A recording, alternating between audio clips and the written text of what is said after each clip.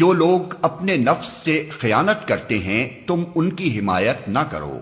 اللہ کو ایسا شخص پسند نہیں جو خیانت کار اور معصیت پیشہ ہو۔ یہ لوگ انسانوں سے اپنی حرکات چھپا سکتے ہیں مگر خدا سے نہیں چھپا سکتے، وہ تو اس وقت بھی ان کے ساتھ ہوتا ہے جب یہ راتوں کو چھپ کر اس کی مرضی کے خلاف مشورے کرتے ہیں۔ ان کے سارے اعمال پر اللہ محیط ہے۔ جو لوگ اپنے نفس سے خیانت کرتے ہیں، جو شخص دوسرے کے ساتھ خیانت کرتا ہے وہ دراصل سب سے پہلے خود اپنے نفس کے ساتھ خیانت کرتا ہے، کیونکہ دل اور دماغ کی جو قوتیں اس کے پاس بطور امانت ہیں ان پر بیجا تصرف کر کے وہ انہیں مجبور کرتا ہے کہ خیانت میں اس کا ساتھ دیں، اور اپنے ضمیر کو جسے اللہ نے اس کے اخلاق کا محافظ بنایا تھا اس حد تک دبا دیتا ہے کہ وہ اس خیانت کاری میں سد راہ بننے کے قابل نہیں رہتا۔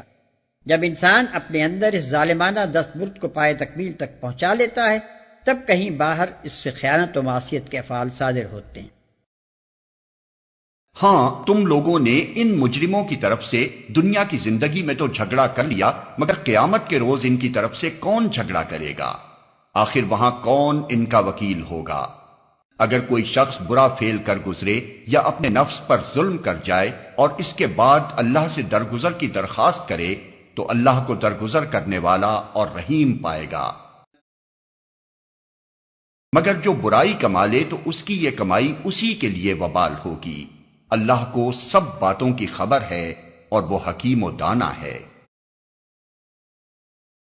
اے نبی، اگر اللہ کا فضل تم پر نہ ہوتا اور اس کی رحمت تمہارے شامل حال نہ ہوتی تو ان میں سے ایک گروہ نے تو تمہیں غلط فہمی میں مبتلا کرنے کا فیصلہ کر ہی لیا تھا، حالانکہ در حقیقت وہ خود اپنے سوا کسی کو غلط فہمی میں مبتلا نہیں کر رہے تھے اور تمہارا کوئی نقصان نہ کر سکتے تھے۔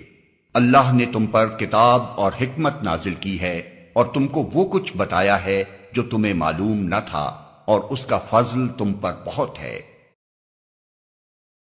اور تمہارا کوئی نقصان نہ کر سکتے تھے۔ یعنی اگر وہ غلط رودات پیش کر کے تمہیں غلط فہمی میں مبتلا کرنے میں کامیاب ہو بھی جاتے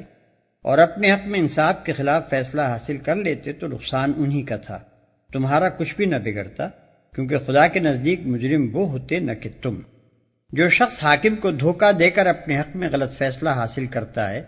وہ دراصل خود اپنے آپ کو اس غلط فہمی میں مبتلا کرتا ہے کہ ان تدبیروں سے حق اس کے ساتھ ہو گیا،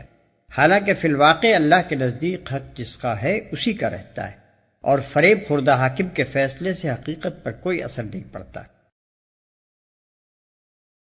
لوگوں کی خفیہ سرگوشیوں میں اکثر و بیشتر کوئی بھلائی نہیں ہوتی۔ ہاں، اگر کوئی پوشیدہ طور پر صدقہ و خیرات کی تلقین کرے یا کسی نیک کام کے لیے یا لوگوں کے معاملات میں اصلاح کرنے کے لیے کسی سے کچھ کہے تو یہ البتہ بھلی بات ہے، اور جو کوئی اللہ کی رضا جوئی کے لیے ایسا کرے گا اسے ہم بڑا اجر عطا کریں گے۔